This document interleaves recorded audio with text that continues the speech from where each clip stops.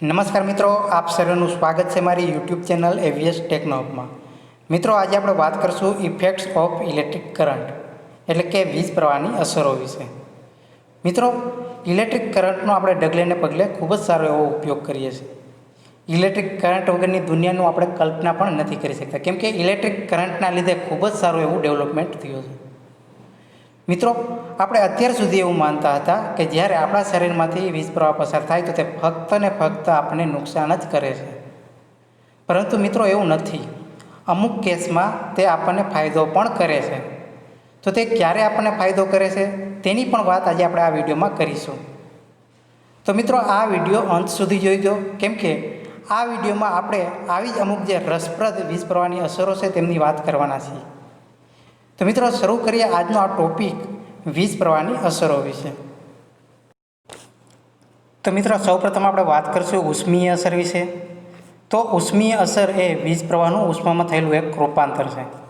જ્યારે કોઈ વાહક તારમાંથી વીજ પ્રવાહ પસાર કરવામાં આવે ત્યારે તેમાં રહેલા અવરોધના કારણે તેમાં ગરમી ઉત્પન્ન થાય છે, અને આ ઉત્પન્ન થયેલી ગરમીનું મૂલ્ય તે વાહક તારમાંથી પસાર થતા વીજ પ્રવાહના મૂલ્ય પર તથા તેમાં રહેલા અવરોધના મૂલ્ય પર આધાર રાખે છે।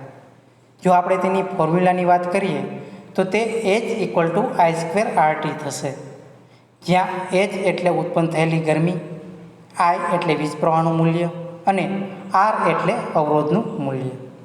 આવી જ રીતે જો જે વધારે અવરોધવાળા મટીરિયલ્સ છે, જેમ કે ટંગસ્ટન, નાઇક્રોમ, યુરેકા, તો આવા જે વધારે અવરોધવાળા મટીરિયલ છે એમાંથી જ્યારે આપણે વીજ પ્રવાહ પસાર કરવામાં આવે ત્યારે ખૂબ જ સારી માત્રામાં ગરમી ઉત્પન્ન થાય છે। અને આ જ પ્રિન્સિપલનો ઉપયોગ કરીને અમુક જે ઇલેક્ટ્રિક ડિવાઇસ છે, જેમ કે હીટર, ઇસ્ત્રી, સોલ્ડરિંગ આયર્ન, સેન્ડવિચ મેકર વગેરે સાધનો બનાવી શકાય। આવી જ રીતે જો આપણે વાત કરીએ ચુંબકીય અસર વિશે, તો ચુંબકીય અસરના લીધે જ જે ઇલેક્ટ્રિસિટી છે એનું ખૂબ જ સારું એવું ડેવલપમેન્ટ થયું છે। મિત્રો, જ્યારે કોઈ પોલાદનો ટુકડો હોય એની ઉપર જો કોઈ વધારે આટાવાળો વાહક તાર વીંટાળવામાં આવે અને તેમાંથી વીજ પ્રવાહ પસાર કરવામાં આવે તો તેની આસપાસ પ્રબળ ચુંબકીય ક્ષેત્ર ઉત્પન્ન થાય છે, અને આ જ અસરનો ઉપયોગ કરીને અમુક જે ઇલેક્ટ્રિક ડિવાઇસ છે, જેમ કે મોટર, ફેન, જનરેટર, ટ્રાન્સફોર્મર વગેરે બનાવી શકાય। કેમ કે મિત્રો, આ જે મોટર, પંખો, ટ્રાન્સફર જેવા ઇલેક્ટ્રિક ડિવાઇસ છે, આ ડિવાઇસ ચુંબકીય અસર પર કાર્ય કરતા। એવી જ રીતે વાત કરીએ આપણે પ્રકાશીય અસર વિશે, તો પ્રકાશીય અસરનો ખૂબ જ સારો એવો ઉપયોગ થાય છે। જ્યારે કોઈ વધારે અવરોધવાળો વાહક તાર હોય અને એમાંથી જો આપણે વીજ પ્રવાહ પસાર કરીએ તો તેના અવરોધના લીધે તેમાં ગરમી ઉત્પન્ન થાય છે, અને આ ગરમીનું પ્રકાશમાં રૂપાંતર થાય છે। જો આપણે વાત કરીએ ટંગસ્ટનની, તો ટંગસ્ટનમાંથી જ્યારે આપણે વીજ પ્રવાહ પસાર કરીએ તો તેમાંથી ગરમી ઉત્પન્ન થાય છે, અને ગરમીના લીધે તેનું પ્રકાશમાં રૂપાંતર થાય છે। હવે આપણે વાત કરીએ કે માની લો કે કોઈ એક શૂન્યાવકાશ કરેલી ટ્યુબલાઇટ છે, અને આ ટ્યુબલાઇટમાં અમુક સ્પેશિયલ પ્રકારનો ગેસ ભરેલો છે। જ્યારે આ ગેસમાં અમુક ઉચ્ચ વોલ્ટેજવાળો વીજ પ્રવાહ પસાર કરવામાં આવે તો તે ગેસનું આયનીકરણ થાય છે, અને ગેસના આયનીકરણને લીધે પ્રકાશના કિરણોનું ઉત્સર્જન થાય છે, અને આ જ અસરનો ઉપયોગ કરીને આપણે ટંગસ્ટન લેમ્પ તેમજ ટ્યુબલાઇટ જેવા સાધનો બનાવી શકીએ। હવે જો આપણે વાત કરીએ કિરણ અસર વિશે, તો જ્યારે કોઈ શૂન્યાવકાશ કરેલી ટ્યુબલાઇટ હોય તેમાં ઉચ્ચ વોલ્ટેજવાળો તેમજ ઉચ્ચ ફ્રિકવન્સીવાળો વીજ પ્રવાહ પસાર કરીએ તો એક્સ કિરણોનું ઉત્સર્જન થાય છે, અને આ વીજ પ્રવાહની અસરને કિરણ અસર કહેવામાં આવે છે। આ અસરનો ઉપયોગ મેડિકલ ક્ષેત્રે ખૂબ જ સારો એવો થાય છે। આપણે મેડિકલ ક્ષેત્રમાં જે એક્સરે ફોટા પાડવાના હોય એ એક્સરે ફોટા પાડવામાં આ કિરણ અસરનો ખૂબ જ સારો એવો ઉપયોગ થાય છે। હવે આપણે વાત કરીએ રાસાયણિક અસર વિશે, તો જ્યારે કોઈ વીજ પ્રવાહને ઇલેક્ટ્રોલાઇટમાંથી પસાર કરવામાં આવે ત્યારે ઇલેક્ટ્રોલાઇટ તેના મૂળભૂત તત્વોમાં વિઘટન પામે છે, અને આ અસરને વીજ પ્રવાહની રાસાયણિક અસર કહેવામાં આવે છે।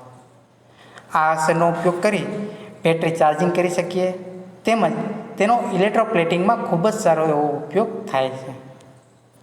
હવે આપણે વાત કરીશું શારીરિક અસર વિશે। મિત્રો, મેં શરૂઆતમાં વાત કરી હતી કે અમુક કેસમાં જ્યારે વીજ પ્રવાહ આપણા શરીરમાંથી પસાર થાય તો તે આપણને ફાયદો કરે છે। તો તે કેવી રીતે ફાયદો કરે છે જો તેની વાત કરીએ તો આપણું જે આપણું શરીર છે, એટલે કે કોઈ પણ જીવંત શરીર હોય તે વિદ્યુતનું ખૂબ જ સારું એવું વાહક હોય છે. એટલા માટે જ જ્યારે આપણા શરીરમાંથી વીજ પ્રવાહ પસાર થાય ત્યારે આપણને શોક લાગે છે. હવે જો આપણે વાત કરીએ મેડિકલ ક્ષેત્રે, તો અમુક જે હાર્ટ સંબંધી દર્દી હોય, કેન્સરના દર્દી હોય કે માનસિક કોઈ રોગી હોય, જો તેના શરીરમાંથી અમુક લિમિટેડ માત્રામાં કરંટ ફ્લો કરવામાં આવે, એટલે કે વિદ્યુત પ્રવાહ પસાર કરવામાં આવે, તો તેની ટ્રીટમેન્ટ કરી શકાય. તો આવી રીતે મિત્રો અમુક કેસમાં જો અમુક લિમિટેડ માત્રામાં વીજ પ્રવાહ આપણા શરીરમાં પસાર થાય તો તે અમુક જે રોગ છે તેને ક્યોર કરવામાં, તેને ટ્રીટમેન્ટ કરવામાં આપણને ઉપયોગી બને છે. મિત્રો, આ અસરનો ઉપયોગ તમારે ઘરે ક્યારેય કરવો નહીં, આ પ્રયોગ ક્યારેય ઘરે કરવો નહીં, કેમ કે તે ખૂબ જ જોખમકારક હોઈ શકે.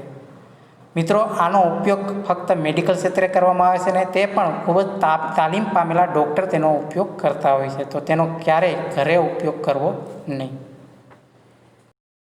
તો મિત્રો, આ હતી વીજ પ્રવાહની અસરો કે જેમના ઉપયોગથી ટેકનોલોજીનો ખૂબ જ સારું એવું ડેવલપમેન્ટ થયું છે. મિત્રો, જો આ વિડીયો તમને સારો લાગે તો તેને લાઈક જરૂર કરજો. મળીશું એક નવા વિડીયો સાથે.